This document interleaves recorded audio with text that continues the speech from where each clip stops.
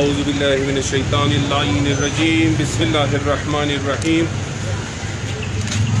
انا للہ و انا الیہ راجعون۔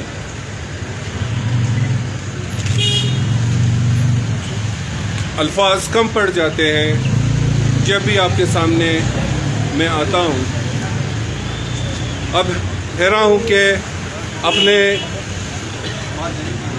امام کے حضور، سرکار امام زمانہ علیہ السلام کے حضور اور آپ مومنین و مومنات کے حضور میں تبریک پیش کروں یا تعزیت پیش کروں۔ ان خبیثوں نے نہ کوئی عید ہمارے لیے عید رہنے دی ہے، نہ غم کے ایام عاشورہ ہو، اربعین ہو، 25 محرم ہو، محرم و صفر کے ایام ہو، یا پھر رجب شعبان میں ہماری عیدوں کا موقع ہو، عید غدیر کا موقع ہو، کوئی ایسا موقع، کوئی دقیقہ انہوں نے فروگزاشت نہیں کیا کہ جہاں ہمارا لہو نہ بہایا گیا ہو اور ہمیں فرش عذاب پہ بٹھایا نہ گیا ہو۔ ایک سادہ سا سوال، ابھی آغا صاحب نے اس کی طرف اشارہ فرمایا، ایک سادہ سا سوال ہے ہمارا کہ کیا یہ ایک مسلکی پاکستان ہے؟ کیا یہ ایک لسانی پاکستان ہے؟ اگر ایسا ہے تو پھر آئین کو جس طرح سے ضیاء الحق نے ہوا میں لہرا کے کہا تھا کہ کیا ہے یہ آئین، جب چاہے میں اس کو پھاڑ کے پھینک دوں، اور پھاڑ کے پھینکا بھی، آج تک بھگت رہے ہیں ہم، تو پھر آپ ترامیم کیجئے، کہیے کہ یہ لسانی پاکستان ہے اور یہ ایک مسلکی پاکستان ہے۔ اگر تو یہ ملک اسلام کے نام پہ بنا ہے، اور بنا ہے، اور حقیقت تو یہ ہے کہ یہ پاکستان بنایا بھی شیعوں نے ہے۔ ابھی علامہ صاحب، ڈاکٹر صاحب یہاں جب تشریف لائے تھے، انہوں نے ایک حقیقت بیان کی کہ جب آرمی چیف یہاں تشریف لائے تھے 300 ساڑھے 300 زائد افراد وہاں موجود تھے، اور یہ دوسری مرتبہ ہے کہ انہوں نے اس بات کا اعلان کیا ہے کہ 1980 میں ان کی پالیسیاں غلط تھیں۔ بندہ حقیر نے پہلے بھی یہ سوال کیا تھا، دوسری مرتبہ پھر یہی کہا کہ کہیں ایسا نہ ہو کہ 40 سال بعد آپ کی جگہ، آپ کی کرسی پر بیٹھا ہوا شخص یہ کہے کہ 40 سال پہلے آپ کی پالیسیاں غلط تھی داعش کے حوالے سے۔ داعش ایک حقیقت ہے۔ آج میڈیا پر یہ بات چل رہی تھی کہ داعش نے قبول کیا ہے۔ ساری دنیا جانتی ہے کہ داعش کو بنانے والے کون ہیں، ان کی سرپرستی کرنے والے کون ہیں۔ اب یہاں اگر داعش کو پلپنے کا موقع مل رہا ہے، کوئی تو ہے جو سرپرستی کر رہا ہے، کوئی تو ہے سہولت کار، کہیں سے تو ان کی فنڈنگ ہو رہی ہے۔ را میٹیریل ان کو کہاں سے دستیاب ہے؟ یہ را میٹیریل تکفیری مدارس، تکفیری علماء، تکفیری عرب ریاستوں سے ان کو مہیا ہے، اور اب تو اس دور میں اور اپنے کہیں اس کار خیر میں ترکی بھی شامل ہو گیا ہے۔ جب کبھی منطقے میں، اس پورے علاقے میں کوئی بھی سیاسی جغرافیائی مسئلہ درپیش ہو، نزلہ آ کے گرتا ہے پاکستان کے شیعوں پہ۔ یہ کون سی پالیسی ہے آپ کی؟ اگر شیعہ پاکستان بنا سکتے ہیں، وہ ان تکفیری قوتوں سے پاکستان بچا بھی سکتے ہیں، اور پھر یہاں اگر آپ سے نہیں ہوتی حکومت، یہاں حکومت کرنے کے قابل بھی ہے۔ ماشاءاللہ۔ ایک میٹنگوں میں جانا ہماری مجبوری ہوتی ہے، تاکہ جو الزامات ہم پہ لگتے ہیں، تاکہ جو بہتان ہمارے اوپر ہے، ہم ان کو دو ڈالیں۔ بندہ حقیر دیر سے پہنچا تو وہاں پہ کرسی پہ براجمان ایک بریگیڈیئر صاحب ٹھیک ٹھاک الفاظ میں دھمکی دے رہے تھے۔ گواہ ہے، آغا صاحب بھی گواہ ہیں اس بات کے۔ بندہ حقیر نے کہا یہ دھمکی ہمیں نہ دیں، لاشیں اٹھا کے آپ، ہم تکے نہیں ہیں، لاشیں اٹھا کے آپ ہم اس قابل ہو گئے ہیں کہ اس دکھ کو برداشت اور سہ سکیں. یہ دھمکی ان کو جا کے دیں جنہوں نے کھربوں روپے خرچ کر کے اتنی بڑی بڑی عمارتیں کھڑی کی ہیں سارے پاکستان میں. کسی کو پنجابی کے مار کے بھگایا, کسی کو شیعت کے نام پہ مارا اور اپنی جائیدادیں بنائی. ان کو جا کے یہ دھمکی دے کہ اگر حالات خراب ہوئے ان کا ٹھکانہ کہاں ہے. ہم تو آلریڈی 2200 لاشیں اٹھا چکے ہیں صرف یہاں کوئٹہ شہر میں. اب آتے ہیں پشاور میں ان ننھے بچوں کی طرف, ان ماؤں بہنوں کی طرف, ان بزرگوں کی طرف جو نماز پڑھنے گئے تھے. میں نے یہ بات بھی کی تھی, بارہا یہ بات کرتا ہوں کہ جب پاکستان کے دوسرے علاقوں میں جاتے ہیں وہاں پارک آباد ہے, دوسرے اقوام دوسرے مسالک سے تعلق رکھنے والے اپنے مساجد میں محفوظ ہیں جا کے, بہت اچھی بات ہے. کیا کبھی وہ وقت آئے گا کہ ہم بھی یہ کہہ سکیں کہ ہم پاکستان میں محفوظ ہیں؟ 40 سال پہلے آپ کی پالیسیاں غلط تھیں. آپ کو اگر ادراک ہے اس چیز کا کہ پالیسیاں غلط تھی تو ٹھیک کون کرے گا؟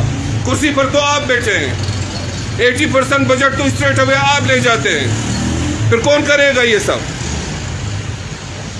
عمران خان صاحب فرماتے ہیں کہ ہم پہنچ چکے ہیں مجرموں تک, ہمیں شواہد ملے ہیں.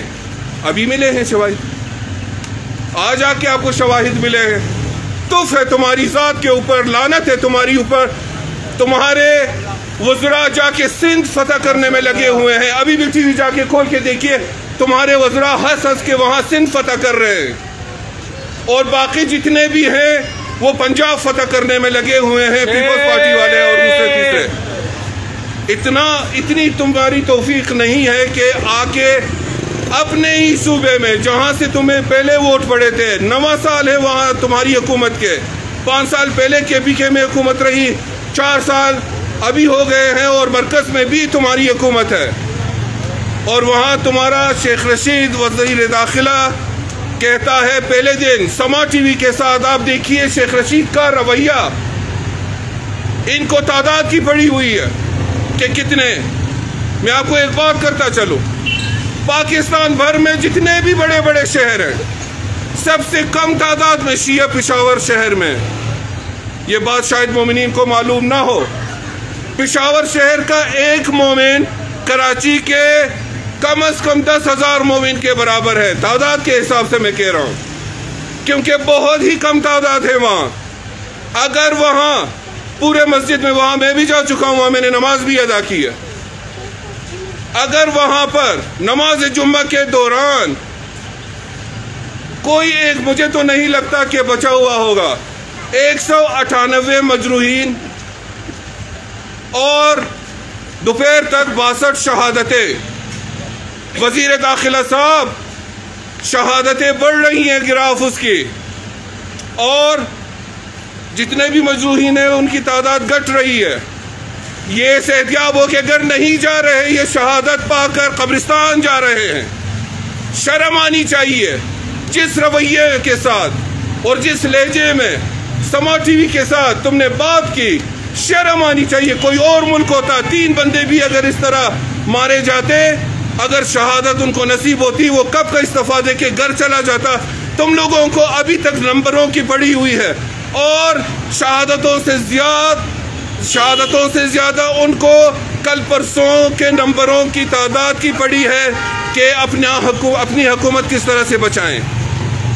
کوئی کہاں لگا ہوا ہے, کوئی کہاں لگا ہوا ہے. پوری قوم کو ٹرک کی بتی کے پیچھے لگا دیا گیا ہے. فواد چودھری صاحب فرماتے ہیں کہ جب بھی کرکٹ کا سیزن آتا ہے تو یہ کاروائیاں شروع ہوتی ہیں. عجیب, روس اگر حملہ کرے یوکرین پہ تو نتائج ہم بھگتے ہیں, اگر کرکٹ میچز ہو نتائج ہم بھگتے ہیں, اگر سری لنکن ٹیم پر حملہ ہو نتائج ہم بھگتے ہیں, اگر افغانستان میں حکومت تبدیل ہو نتائج ہم بھگتے ہیں, اگر سعودی ایما پر ایران کے ساتھ کوئی شکایت آپ کو ہے تو نتائج ہم بھگتے ہیں. کون کون سے نتائج ہم بھگتے ہیں آج بتائیے ہمیں, پوری لسٹ دیجیے ہمیں.